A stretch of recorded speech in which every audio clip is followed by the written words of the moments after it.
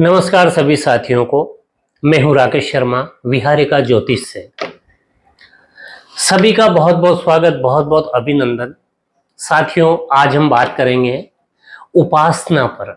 उपासना यानी कि हम हमारे जीवन में किस देवता या किस देवी की उपासना करें, यानी कि हम कौन सा इष्ट रखें ताकि उस इष्ट देव की कृपा हमारे ऊपर बनी रहे। वैसे तो हम हमारे जीवन में जो हमारा विश्वास है, जो हमारी श्रद्धा है, उस देवता की पूजा कर सकते हैं, इष्ट रख सकते हैं। लेकिन ज्योतिष में इसके भी योग होते हैं कि किस देवी देवता की उपासना करने से हमारे कार्य जल्दी सिद्ध हो जाए। हम बात करेंगे इस ब्रह्मांड में जितनी भी वस्तुएं हैं सभी ग्रह नक्षत्र पर आधारित होती है। ग्रह नक्षत्र उनके ऊपर प्रभाव करते हैं। ब्रह्मांड के अंदर, इस हमारे सौर मंडल के अंदर 12 राशियां प्रत्येक प्राणी को प्रभावित करती है नवग्रह के साथ साथ। उपासना किस देवी देवता की करें, इससे पहले हम हमारे शरीर के अंदर कुछ कोश होते हैं, उनके बारे में बात करेंगे। सबसे पहले हम बात करेंगे प्राणान्मय कोश। प्राणान्मय कोश का स्वामी बुध होता है। हमारे शरीर के अंदर जो पृथ्वी तत्व है, 5 तत्वों का हमारा शरीर बना हुआ है। पृथ्वी तत्व, जल तत्व, अग्नि तत्व, वायु तत्व और आकाश तत्व।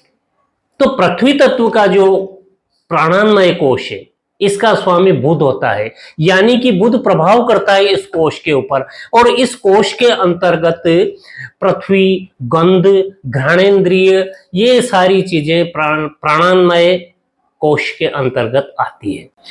हमारे शरीर में दूसरा कोश है प्राणमय कोश, यानी पूरे शरीर के अंदर जो हमारी चेतना है, प्राण है, उसका स्वामी होता है शुक्र।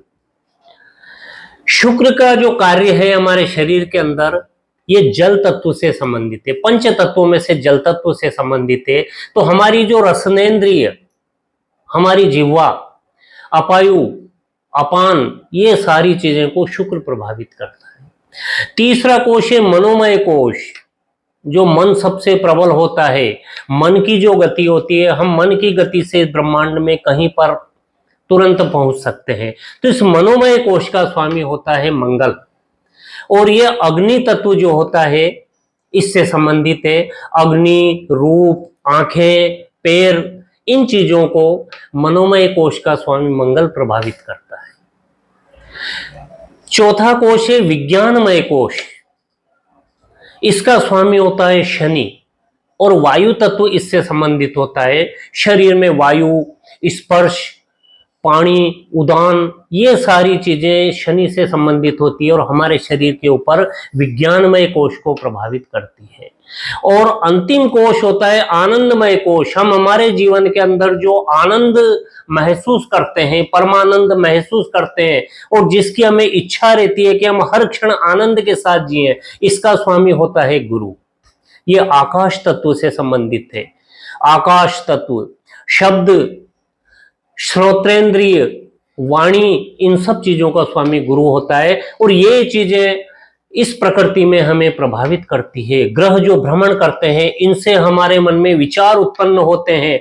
हमारे जन्म के समय ग्रहों की क्या स्थिति है, उस ग्रहों की स्थिति से ही हमारे शरीर की प्रकृति, आकृति और विचार निर्मित होते हैं।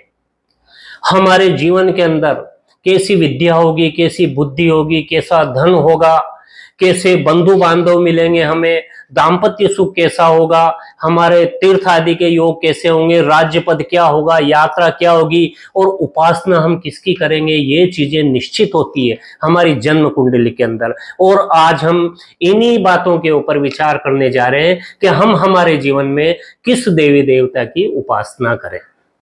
अब मैं उपासना के लिए, इष्ट देवता के लिए या इष्ट देवी के लिए जन्म कुंडली के 5वें स्थान से या पंचम भुवन से हमें विचार करना पड़ेगा कि 5वें भुवन में कौन सा ग्रह पड़ा हुआ है और कौन सा ग्रह प्रभावी है, उसी के अनुसार उपासना की जाए। यानी कि उपासना, इष्ट देवता का निर्धारण जन्म कुंडली के 5वें भुवन से होता है।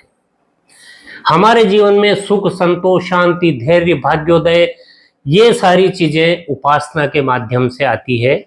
हम उचित उपासना करें जन्म कुंडली के अनुसार तो उसका फल हमें जल्दी मिलता है।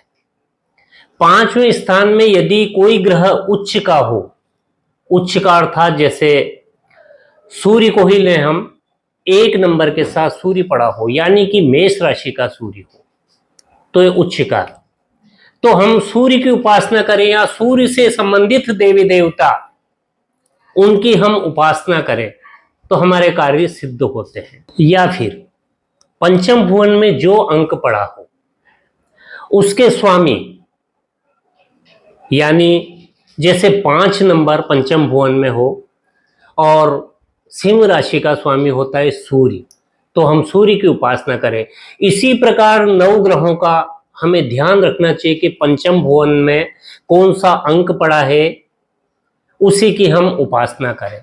अब ऐसा आता है कि जरूरी नहीं कि हर बार पंचम भुवन में कोई ग्रह पड़ा हो, सिर्फ अंक भी लिखा हो सकता है, 9 ग्रह दूसरे घरों में भी हो सकते हैं। तो जो अंक पड़ा हो उसके स्वामी की हम उपासना करें, उससे संबंधित देवी देवताओं की हम उपासना करें, वो फलदायी होते हैं। यदि पंचम भुवन में 2, 4, 6, 8, 10 और 12 यानी कि सम संख्या हो, आप आपकी कुंडली में देख सकते हैं, सम संख्या यदि है तो आपको उपासना करनी चाहिए देवी की।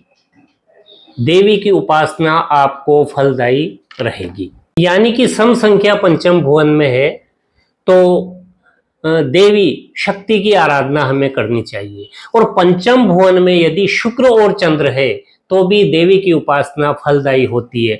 या फिर 11वें स्थान में जो पंचम भवन को देख रहा है उसमें शुक्र चंद्र हो तो भी हमें इष्ट देव देवी की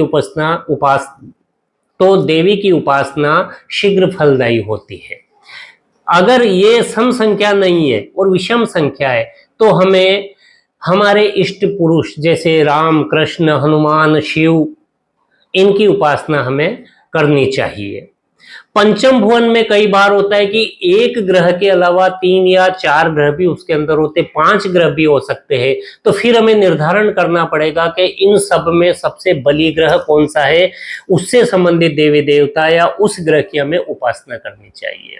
तो साथियों, आज हमने देखा कि पंचम भुवन से हमें स्थिति स्पष्ट करनी है कि हम किसकी उपासना करें जो शीघ्र हमारे कार्य पूरे हों, क्योंकि जन्म कुंडली में कौन सा ग्रह हमें प्रभावित कर रहा है, सुख दुख सारे ग्रहों के द्वारा निर्मित हो रहे हैं, तो कष्टों को दूर करने के लिए कोई ऐसे ग्रह हमारी जन्म कुंडली में पड़े हैं तो उनके लिए पंचम भुवन का विचार करें और उसके अनुसार हम इष्ट की उपासना करें तो हमें उसका फल जल्दी ही मिलेगा और हमारे जो जीवन के अंदर सुख, शांति, समृद्धि, संतोष, ये सारी चीजें स्वतः आना शुरू कर देगी।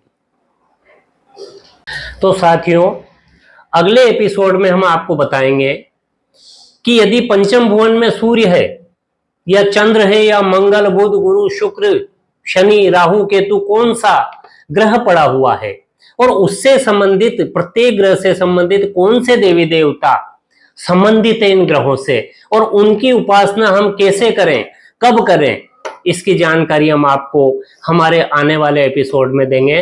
देखते रहिए आप हमारे विहारिका ज्योतिष चैनल को, लाइक कीजिए, सब्सक्राइब कीजिए और कमेंट भी करिए। आप सभी का बहुत बहुत धन्यवाद।